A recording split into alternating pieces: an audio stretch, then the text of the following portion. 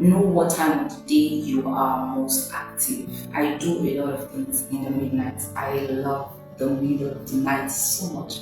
Maybe because of the serenity and the fact that there are only a few persons online, so I could do a lot of online activities at that time. I know that I will not be getting messages that will interrupt me at that time, or I just love the serenity of the night. So I put many of my mentally demanding tasks in the midnight.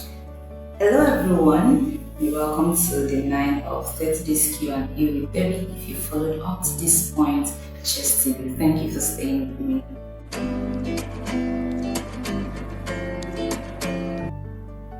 And if you've been sharing this content, you've been engaging in any way, I am super grateful.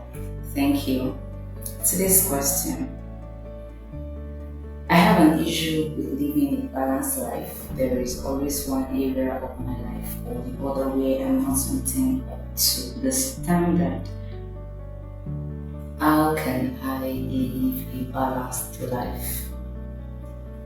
So if I get it correctly in this sense, you're trying to see how to make sure that you are not lacking in every area of your life, say your academics, your profession, if you're working, your spiritual life, your relationship with others, and every other thing around being balanced.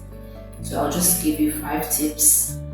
I know you might have heard a lot of motivational speakers tell you things as well, so they are not altogether new, okay? But you learn something from it all the same. Stay with me. The first is to live one day at a time, okay? You can't do the whole job for the week in one day. Live one day at a time. Sometimes when you have so much on you, it could be overwhelming and you end up not doing anything again. So just live one day at a time. So when you wake up every morning, the question is, what do I want to do today? What do I want to achieve today? So let's start with today. We'll talk about tomorrow at the end of today while preparing for tomorrow. That will lead me to the next. Write out your long-term goals and break them into short-term goals and into smaller chunks that are smart, okay? Specific, measurable, achievable, that are realistic, and that are time-bound. Using that acronym SMART. So let your goals be specific, let it be measurable, let it be something that is achievable, let it be realistic, and let it be time bound. So don't just write out vague things like, I'm going to complete the 256 pages book today. I mean, that's not realistic. Let's be real. You're just trying to learn how to balance everything. You're not going to pour everything into one day at once. So break them into chunks and do it one day at a time. The third is to be a little hard on yourself and a little patient with yourself. There are days when you need to insist that I'm not going to bed until I complete this job. There are other days when you need to be mild. Give your body the needed rest, give yourself the needed break, and just rest to recuperate and continue the journey. It's a long one, it's a marathon, it's not a sprint, so you don't want to use up all your energy at once.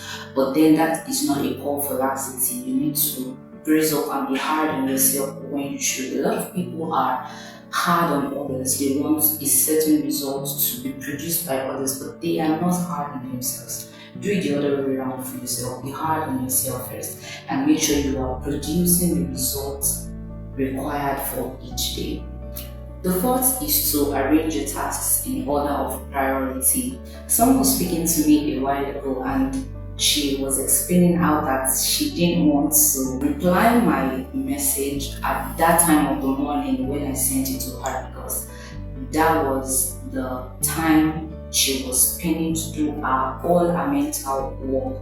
She already knew that to have a productive day, she had to prioritize anything that would get her mentally active and put them at the beginning of the day. So other things can come later. Our house chores will come later, and some other things that are not so mentally demanding come later. So you may want to do that for yourself if you know that reading first thing in the morning would help you start out your day in a very good way, then do it. But if you know that you prefer to read at night, put it at that time. Don't walk out, don't expend all your energy doing things that are not of priority to you at the time of the day when you're most energized. So know how to prioritize your tasks per day. And the fifth is related to the fourth. Know what time of the day you are most active. I do a lot of things in the midnight. I love the middle of the night so much. Maybe because of the serenity and the fact that there are only a few persons online, so I could do a lot of online activities at that time and know that I will not be getting messages that will interrupt me at that time, or I just love the serenity of the night. So I put many of my mentally demanding tasks in the midnight. That's those that I can do at home. So know what works for you. If yours is to do it in the morning, then know that you need to have a rich sleep at night so that when you wake up in the morning, you are all set for the day. If you want to work at night, you shouldn't need something heavy to sleep. You will sleep off till morning. So know how to prioritize, like I said in the fourth. And the fifth, know your most active time of the day and set your activities in that order. And just as an addition, be very flexible with yourself. There are times when you set out to do the number of things in the day and some things come up that were not planned at the beginning of the day.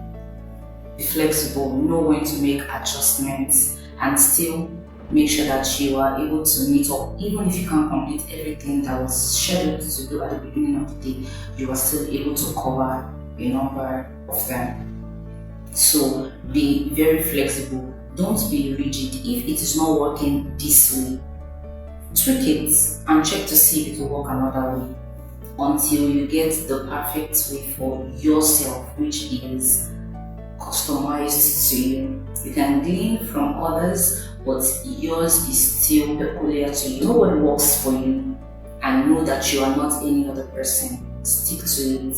Be disciplined. Know when to be hard on yourself and know when to be a little soft on yourself. Know when to pamper yourself and know when to take it very serious with yourself.